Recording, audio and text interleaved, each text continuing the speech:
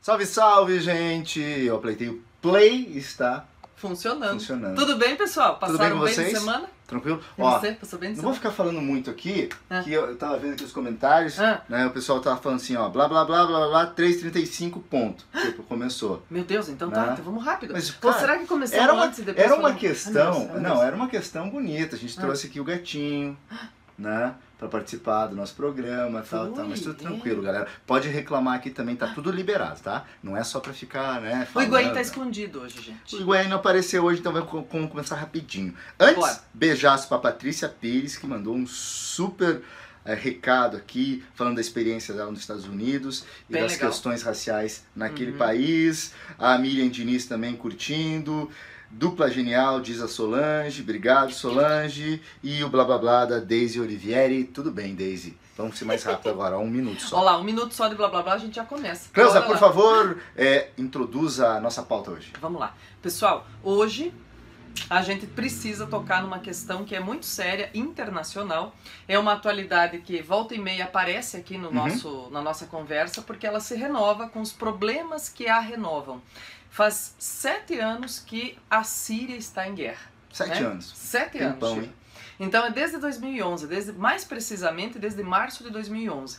Então com os adventos aí de bombardeio, ataque e tudo mais que houve nas últimas 2 semanas, a gente também gosta de fazer essa leitura global e trazer para você como repertório, como inferência e como também uma espécie de sumário aí do que já aconteceu naquele lugar, naquele país, né? É, como se fosse uma série.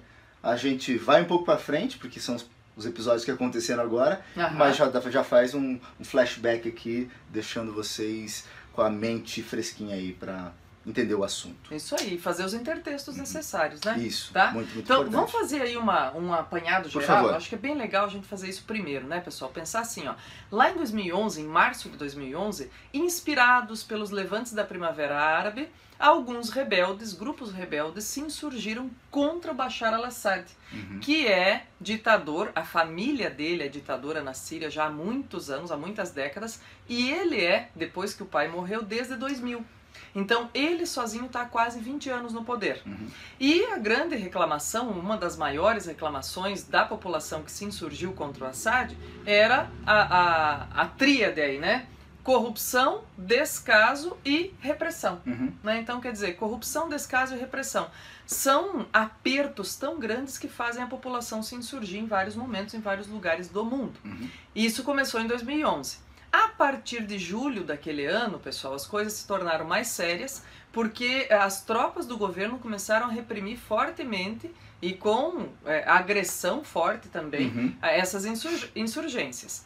A partir de 2012, essa remexida toda vai atingir a capital Damasco e a segunda maior cidade, que é Alepo, né? Que inclusive tem várias histórias, várias informações, né, Shibata? Que Alepo é quase como se fosse assim, vamos pensar num Rio de Janeiro conflagrado, que tem zona sul, em que você praticamente não vê a violência acontecendo, e tem outros lugares em que você vê a violência acontecendo fortemente. É mais ou menos o que acontece em Alepo hoje, né?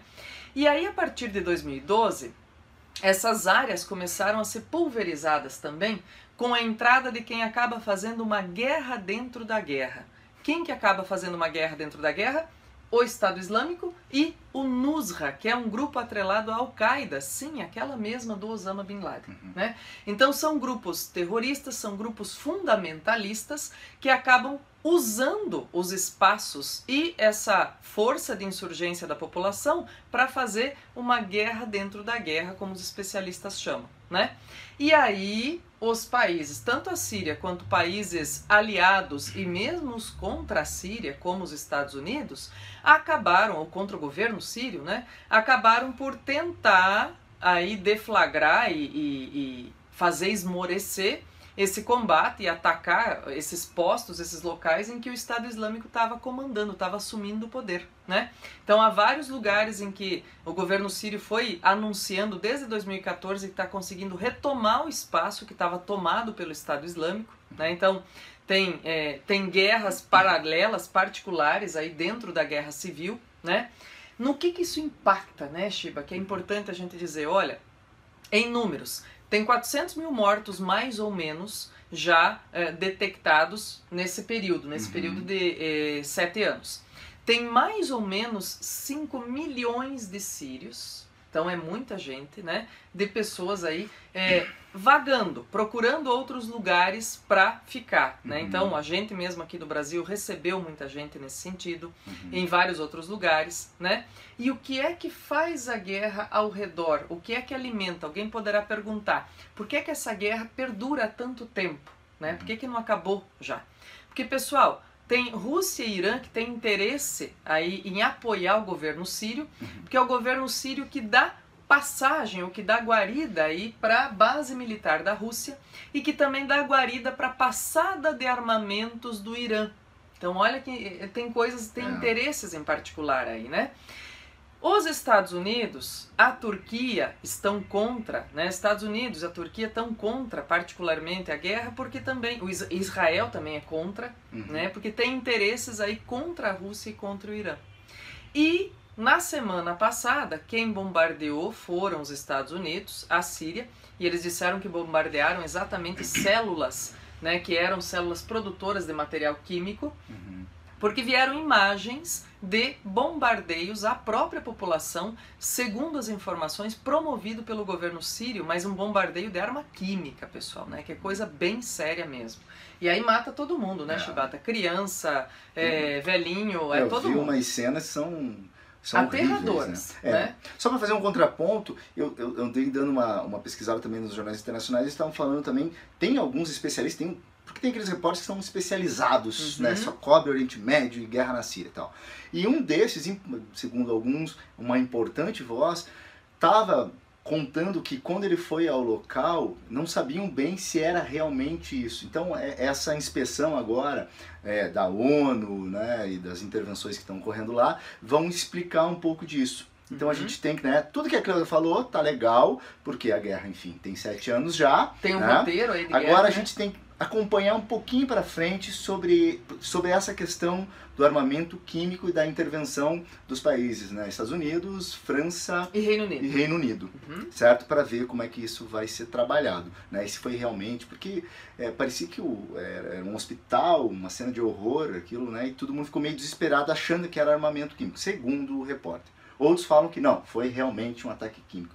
Então, e muitos falam, né? Porque o problema é você detectar isso, porque fica muita pouca prova, né? Então eles pegam lá, sei lá, um carpê, um lençol, mas aquilo evapora, né? Com muito tempo, com muita facilidade. Então você fica sem provas para detectar se foi realmente um ataque químico ou não. Mas, Cleusa, por favor, devolva a palavra para você. Não, e para fechar essa coisa, gente, da cronologia, então chegando até esse momento, o que a gente tem que pensar aí em termos históricos, né? Como isso pode estar intertextualizando e relendo outras guerras ou outros conflitos bélicos que aconteceram ao longo do século XX e que podem voltar de outras maneiras, porque nós temos outro tipo de tecnologia hoje, no século XXI. E os intertextos que a gente pode fazer, Chiba, o que a gente pode pensar aí nessa coisa da fuga, da saída, da força humana que sai de um lugar como esse? Eu li 2 textos muito interessantes semana passada, queria compartilhar com vocês. Um é Morte e Vida Severina, né? Do João Cabral do Melo Neto. O que isso tem a ver com a Síria, né? E o outro é Relato de um Certo Oriente, do Milton Ratum, né? Que tem uma família de tradição libanesa. Então eu fiquei muito intrigado com esses 2 textos e estava tentando achar uma chave interpretativa para eles. E eu falei assim, não, esses textos estão falando sobre fuga. Porque o Morte e Vida ele é um alto natalino. Então no final ele te dá uma esperança, né? Nasce um filho lá, mas é a história do Severino que vai retirando, que tá migrando, né? Do sertão seco, pedra, né? Até o Recife, até o mar. Uma pobreza extrema, e quando ele chega na cidade ele se encontra na violência, tal, tá para se matar e resolve que não vou me matar. O Relato do Certo Oriente é uma coxa de retalho de vozes que vão construindo o retrato de uma família, né, toda quebrada, toda esmiuçada. E aí a gente vai conhecendo alguns desses sujeitos. E o patriarca e a matriarca dessa família vieram do Líbano.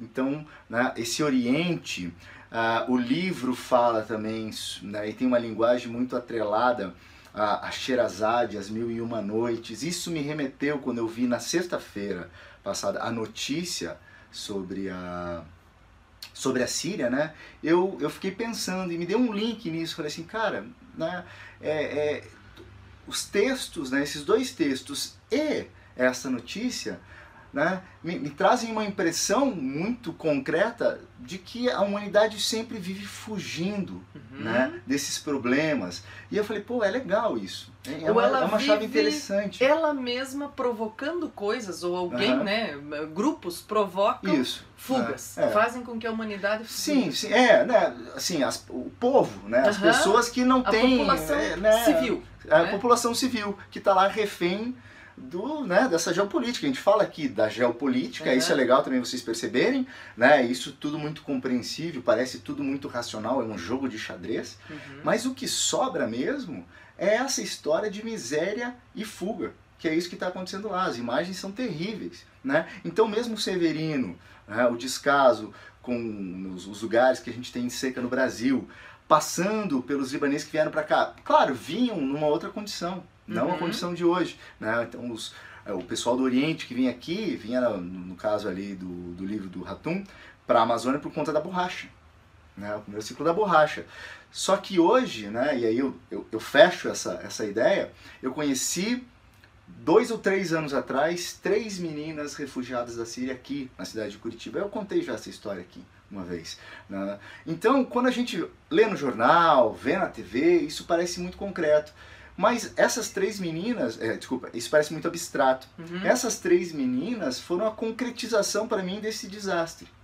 Porque sempre acontece alguma coisa lá, eu penso nelas. Né? Inclusive eu dei aula já, as outras estão crescendo, daqui a pouco eu vou dar aula. Elas estão muito bem e tal, mas assim, elas vieram com a família, o Brasil aceita a família toda, né? Porque tem país que seleciona, não queremos velhos, queremos só os jovens com diploma universitário. E tudo isso tem a ver tipo com o tratado de imigração do país. Isso, né? Então só queremos refugiado, né, a mais, certo? O Brasil não, o Brasil falou assim, não, pode vir com a família. Só que os pais delas não conseguiram sair de lá, por algumas questões políticas e tal, não conseguiram sair de lá. Então eu fico pensando, né, o que elas devem imaginar vendo o noticiário, essas notícias e tal, deve ser tudo muito preocupante, né? Então elas percebem a guerra e eu percebi a guerra por conta delas. Obviamente que a guerra delas é muito maior do que a minha percepção. Exatamente, né? E quando a gente tem essas imagens que simbolizam, né, Shiba, não dá para esquecer que lá em 2015 a gente tem aquela imagem que viajou o mundo do menino do Alan Kurdi, né? Que apareceu lá na praia da Turquia, no balneário de Bodrum, estava fugindo com os pais e só o pai se salvou e todos se afogaram da família, né? O irmão e a mãe também. Então, quer dizer, ele acabou simbolizando aí essa guerra, que lá em 2015 tinha 4 anos, né? E a gente já está com 4 anos a mais praticamente, quase 4 anos a mais de guerra, né? E uma imagem como essa gera impacto, gera comoção, mas espetaculariza só e pulveriza. Pulveriza. Né? Porque os interesses são muito maiores. É como eu disse, olha, tem potência espremendo de lá e de cá. Tem potência interessada em que a guerra continue, tem potência interessada em ganhar e tem potência interessada em que a guerra cesse. Mas a negociação ainda não veio à tona. Tá. Né? Legal. E assim, pessoal, o que é bacana a gente fazer? Eu trouxe aqui uma questão, vou deixar o linkzinho aí depois da nossa organização aqui temporal para vocês verem. Olha que letra bonita, gente. Mas ó, eu trouxe uma pergunta, pessoal, né? Então vamos lá, ó. Isso, ela vai aparecer aqui, ó. Mas depois a gente deixa no link aí para vocês toda a organização que a gente fez para vocês lerem o processo todo também. E a pergunta é, será que a Síria pode ser a Bósnia do século XXI? Olha só, quando a gente retrata essa coisa, né, de reviver as histórias de guerra, Shibata, é legal entender por quê, né? Por que a Bósnia do século XXI? Porque, na verdade, foi na Bósnia que se deflagrou a Primeira Guerra Mundial. Por quê? Porque tinha todo um quiprocó aí do Império Austro-Húngaro e foi o assassinato do Francisco Ferdinando, do arquiduque austríaco, que promoveu lá em 1914, né, o início da Primeira Guerra Mundial. Então você vê, se diz, será que esse ataque desse grupo aliado, França, Reino Unido e Estados Unidos, pode promover uma guerra, mesmo simbólica, maior que pudesse ser denominada, tarjada como uma terceira guerra mundial, os especialistas não acreditam nisso, pessoal, porque tem muita coisa em jogo, né? Tem muito dinheiro em jogo, principalmente. Mas, ao mesmo tempo, a gente que é cidadão comum, leitor cotidiano, fica com medo, né, Shibata? Muito, muito, né? É horrível, né? Se pensar que isso, a gente, enfim, tomara que, né, que fique longe de uma catástrofe como isso, né? Mas a gente vê, né? Felizmente, a minha vida está relacionada a isso, né? Aos livros, tal. Mas quando você conhece, né? Ou vai visitar lugares que já passaram por guerra, é realmente de ficar abalado. Você fala assim, pô, eu tenho sorte de estar um país que está tranquilo. Né? Apesar da violência, claro, não dá para se ignorar isso, né? Mas são coisas diferentes. São coisas né? diferentes. Violência urbana e guerra civil. Você pode falar, ai, mata tanto quanto tal, mas calma, né, gente? Vamos lidar com os nossos problemas e deixar e suspirar por não ter outros. Né? São grandes problemas, mas... Né? Esse processo. Então, e é legal pensar nesse intertexto, né, gente? Será que pode ser uma Bósnia do século XXI? Como é que isso funciona? Não, não pode, mas vamos justificar então, vamos escrever isso, justificar, né? Eu queria só fazer um último comentário, Shiba, assim, relacionando aí do pessoal que comentou pra gente. Naquele programa que a gente falou dos bitcoins, acho que teve alguém que comentou e pediu pra gente falar um pouquinho mais desse processo, né? Eu só queria fazer uma parte aí pra dizer, olha, a Christine Lagarde publicou, na verdade, que ela é diretora do Banco Mundial, né, do FMI, perdão, do FMI, ela divulgou um artigo sobre essas transações econômicas. Também vou linkar, o pessoal vai saber aí onde postar para vocês, tá? Sobre essas transações econômicas que podem beneficiar a gente desse processo todo oriundo do Bitcoin, né? Mas que são coisas maiores e que tem a ver, por exemplo, com outros processos que já aconteceram, intertextualizando aí também, que tem sobreviventes como eBay, Amazon e outras coisas. Legal, legal. Beleza? Aí fica completinho. Teu estudo aí. Né? Gente, fechou? Chega? Fechou? Acho que deu, né? Então tá bom. Vamos lá? Pedido da gente, pessoal, para vocês sempre, né? Curtem, comentem, compartilhem, falem conosco, conversem aí, peçam suas atualidades. Sua tá opinião bom? é sempre importante, né? Para as coisas que você gosta e para as coisas que não te agradam muito. A gente vai mudando, a gente vai melhorando sempre. Isso aí. Estamos aí ouvindo vocês. Um beijo, gente. Beijo, galera. Valeu.